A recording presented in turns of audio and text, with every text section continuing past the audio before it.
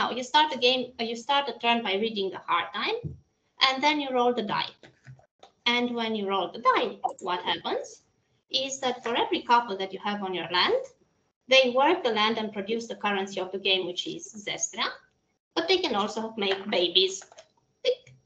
And the point of the game is that you have to marry your single babies with other boyars' single babies. And by the way, you cannot marry babies, you used to, but we made it illegal in the game now. So you have to negotiate weddings between each boyars, because only couples are productive and only couples work the land for you. And you also have something called fate cards, which you can buy or win during the wedding phase. And these fate cards have all sorts of, you know, roles or actions that you can do. Like, for example, you can use a fate card to steal the bride. You can unleash the dog on the husband. You can have a wedding without any cost to the state because the stars align. And you can also have roles, which gives increase or decrease the wedding chances. Because for every wedding, you basically have to pay to the state a fee, and that's like, you cannot go against the fee. And then you have to roll the die. And if you roll 1 or 2, the wedding happens, and otherwise the wedding doesn't happen. And that's where the fate cards intervene and increase or decrease the chances. So the game is very social and very, very funny. And the gist of the game is that each villagers look the same, but they have different names. So every time you play a game of ZESTREA, most people tend to create stories because things happen. Like, for example, Ion was in love with Maria, but George stole Maria, so Ion died, apparently in a flood, but we assume he killed himself. And then you are upset with the boyar who had George because he shouldn't have let Maria. And there's also a lot of, you know, diplomatic negotiations, which I highly recommend, but also a lot of coercion and, hey, if you don't do this, I'm going to unleash the dogs and you better do it, and stuff like that. So it's extremely hilarious. And this game is actually a covert utopia because even though the point of the game is the boyar with the most ZESTREA at the end wins, the game is all about both all the boyars and all the villagers surviving the hard times and essentially standing up to a state that just takes money from you. So this is about ZESTREA. Yep. Fantastic. Yeah. So you've turned a very specific cultural thing into a game. Yeah. Well, but was it? Yeah. Horatio and Alex turned it, so to give that. Yeah. Was it something that you guys considered for a long time, or he considered for a long time, or it was just on the moment, or how exactly drew you guys to the premise and the team to do a whole game based on this? So the game actually started, it's Horatio and Alex's baby, and it started at the game jam in Cluj. That's how it started. Mm-hmm. And I think they had a theme, but I don't remember, but they stayed all night. And you know, when you stay all night and you try to come up with a game in Romania, in Cluj, this is what happened. Yeah. Okay.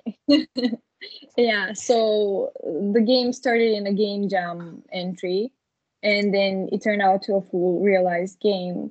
But could you tell us how much of the original game remained in the final product, or what changed? So I would say that, okay, so basically Horatio and Alex had this prototype, and they decided that they want to see this game like become alive, essentially.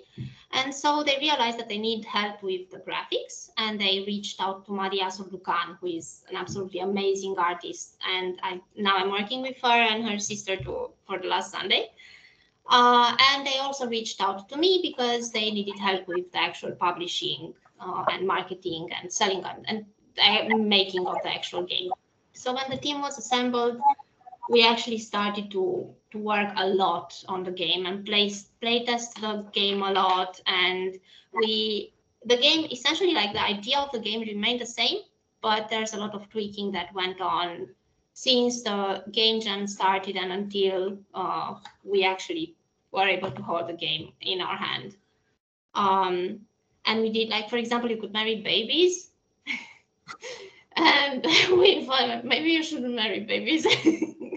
And the game was actually very kind of misogynistic, to be honest, because having a girl wasn't truly beneficial for you. But then the guys came with the super idea that if the girl always goes to the boys' land, but now you get a fate card, and fate cards are very powerful. So this really balanced the game, and there was a lot of discussions and conversations about this and that and how to, tweak the design and do it. And so yeah, and then we went on Kickstarter. So yeah, if we could expand on the whole crowdfunding thing a bit. Was this your first crowdfunded project? Were there any? How was the whole crowdfunding process? If there's anything you could go back in time and tell yourself at the start of crowdfunding, what would you say? So the ZESTREA was crowdfunded in November 2019. So that's like almost 2 years ago. And ever since, I have participated in about 4 additional campaigns, so 5 in total, all of them successful. But ZESTREA was my first Kickstarter, and boy, was it a ride. So when we started to consider going on Kickstarter with ZESTREA, I backed a bunch of ZESTREA products, and I knew some of, like, I was educated when it comes to Kickstarter, but I didn't run a Kickstarter by myself. So none of us did. And I guess we had a lot of assumptions, because I think when one goes on Kickstarter, it's kind of okay, I'm getting some money and I'm making my product and that's it. It shouldn't be like, most people don't consider Kickstarter as part of an actual marketing and real development plan, but it is. Like, it's a lot of work to do a Kickstarter. And it starts, if you're a good planner on Kickstarter, it starts about a year before you actually start to go live on Kickstarter. If you're not, it starts whenever you decide to go on Kickstarter, but there is a lot of planning and a lot of consideration going into the campaign. So, and then those 30 days while you actually run the campaign, especially for ZESTREA, I don't think I slept for a month, to be honest. But it's also like, it's very fun, because Kickstarter has a very, very vibrant and thriving community. So, and the more you are there and you're present and you respond to the people and you are essentially there for your project, the more people respond to it. So I guess I should have told myself now in retrospect, like, sleep 1 hour or something, and take care of the on the coffee consumption levels. But once you run so I guess the best advice that I can say is to try and run a very small Kickstarter to see how it goes, and then optimize from there, because there's a lot, like a huge amount of planning that you can do before the Kickstarter to make your life a lot easier. First and foremost, you need to treat the Kickstarter campaign as a project in itself, where everything matters. So the cover that you use to list the project matters. The sooner you list the project as coming soon, it matters. The video you do for the project, it's absolutely very much matters. All the banners and graphics and text that you use for the project matters. All the rewards, which are truly not as easy to set up and organize, they matter. You have to be ready beforehand with a goal you think you reach, and with stretch goal in addition. You have to absolutely look at the Kickstarter campaign more as a marketing and promotional effort than actually raising the money, but you also need to raise enough money so that the Kickstarter campaign actually makes sense to you. Yeah, you need to plan your updates in advance. There's like so much that you have to do. What kind of rewards did you offer? Was anything particularly goofy or unique? Well, actually, when you play the game, so you can play, it's for up to 6 players, and every single boyar, which is actually a cheat sheet that tells you what you need to do for each player, Okay. they are actually real people. And this guy, Yoel, or Bay Yoel, and this guy, Van Petter, are actually backers. Oh. And that was the highest reward for them. They would be in the game and have their own graphics, and they are actually, Romanian nobles right now. Awesome. So that's kind of a bit of promotion for them as well, if people were to look up their name. Yeah, cool, but like, really good.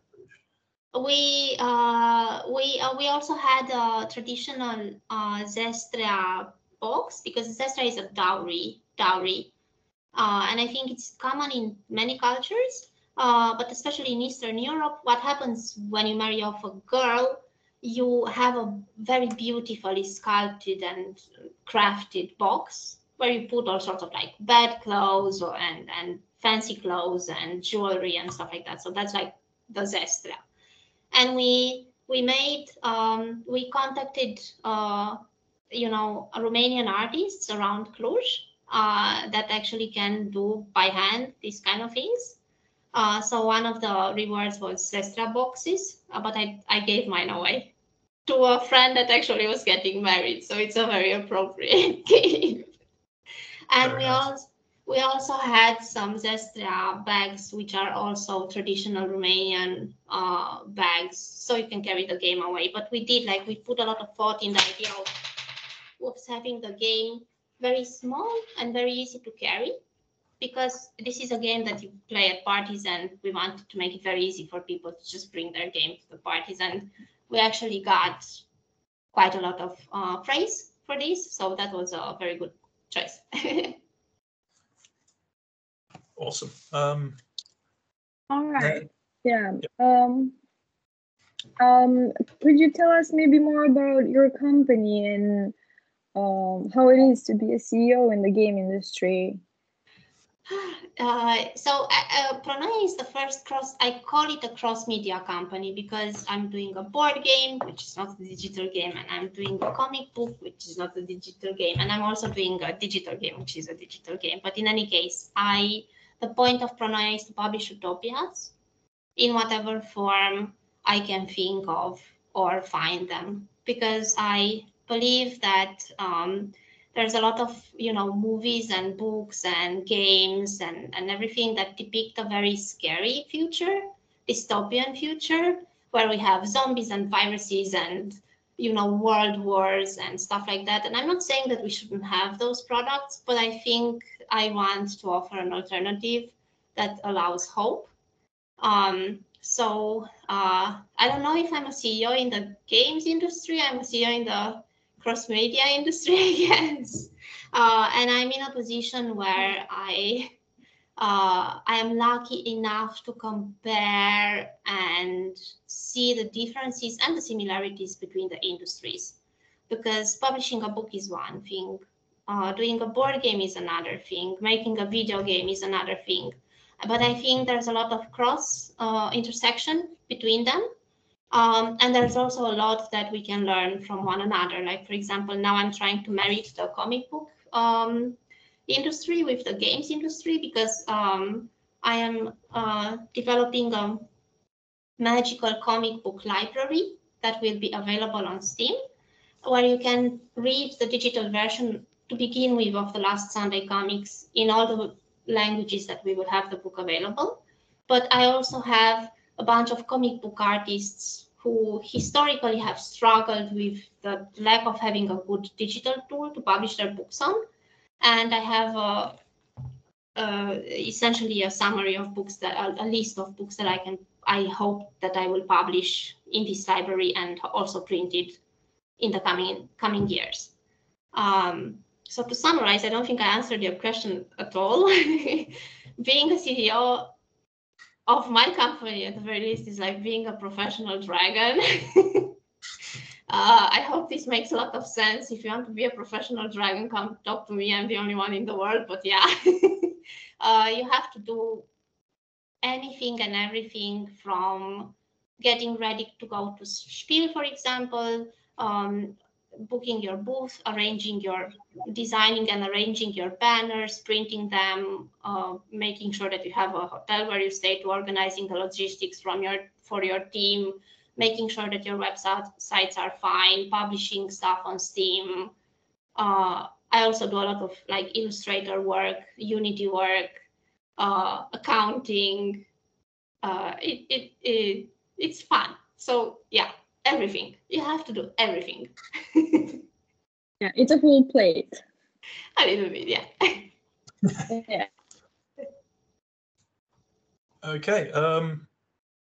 I think that covers all the questions. We're also running a bit close up to the scheduled time.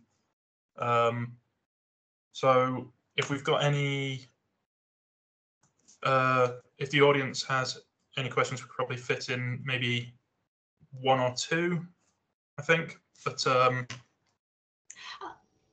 word of advice, if everyone that's watching is an aspiring game developer, what I think helps me a lot right now in my position is that I have had a career of 20 years where I had jobs at various game studios. So I got the chance to work with a lot of people and understand a lot of positions. So it's very good to have that experience, and I'm very grateful for it. And secondly, a lot of the time, especially when I was a production coach and I was working with a lot of indie startups, people tend to focus on the one game that they want to do now. But that's not how you build a company. You need to focus on how and why you want to build a company, and what's the 10th game maybe that you will want to do. Because especially like right now, it's easy and very hard to sell games in the same time, because there's a lot of opportunity, like engines are free, stores, it's easy to publish a game on stores, but there's also a need for understanding how to make your product and your game visible, and how to talk about your game. And oftentimes when I talk to developers, they're like, I want to code, I want to design. But actually marketing and selling and talking about your game is a development skill. And it's crucial, essentially. So I think designing a game is marketing a game nowadays. So I hope that people keep that in mind. yeah, like it's a games industry, so knowing how to act within an industry is the crucial thing. Mm-hmm. Right, that's very good advice, actually. Thank you very much for that. Okay. I have sorry, Daniel. I have one comment. Just in case someone in Finland would be interested in to play ZESTREA. Yay. Yes, and would really try it out. Then it would be really great. Come by and you can borrow the game. I'm sitting in the Kouvolan campus at room 107. And I think it would be nice if you also then let Laura know how it goes. It is really a fun game. Thank you. And remember, diplomacy wins you more than aggressiveness when negotiating. I don't know. And by the way, if anyone is at Spiel in Essen, which is the biggest board game convention in Europe, we will be there thanks to Baltic Explorers. And then also at Comic-Con in Stockholm, which is in the beginning of November. Yeah.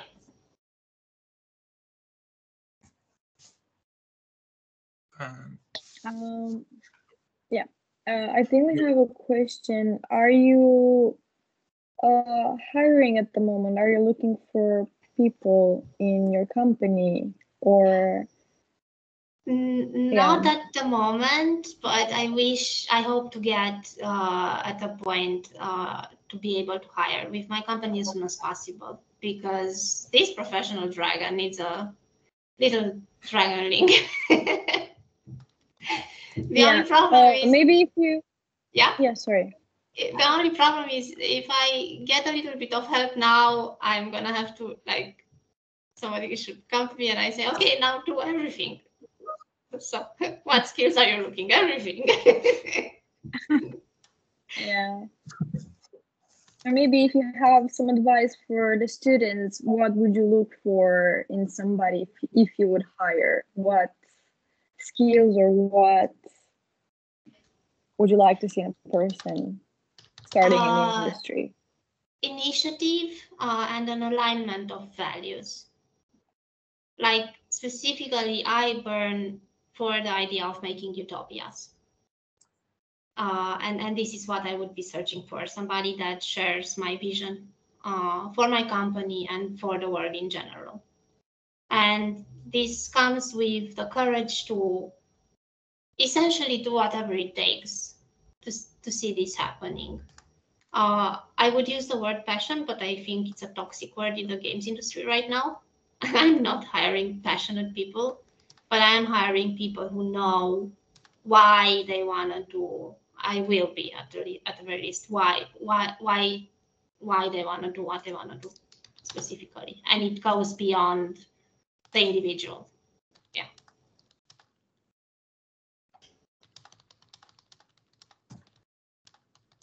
Okay, fantastic. Well, thank you very much for your time and answering all of these questions.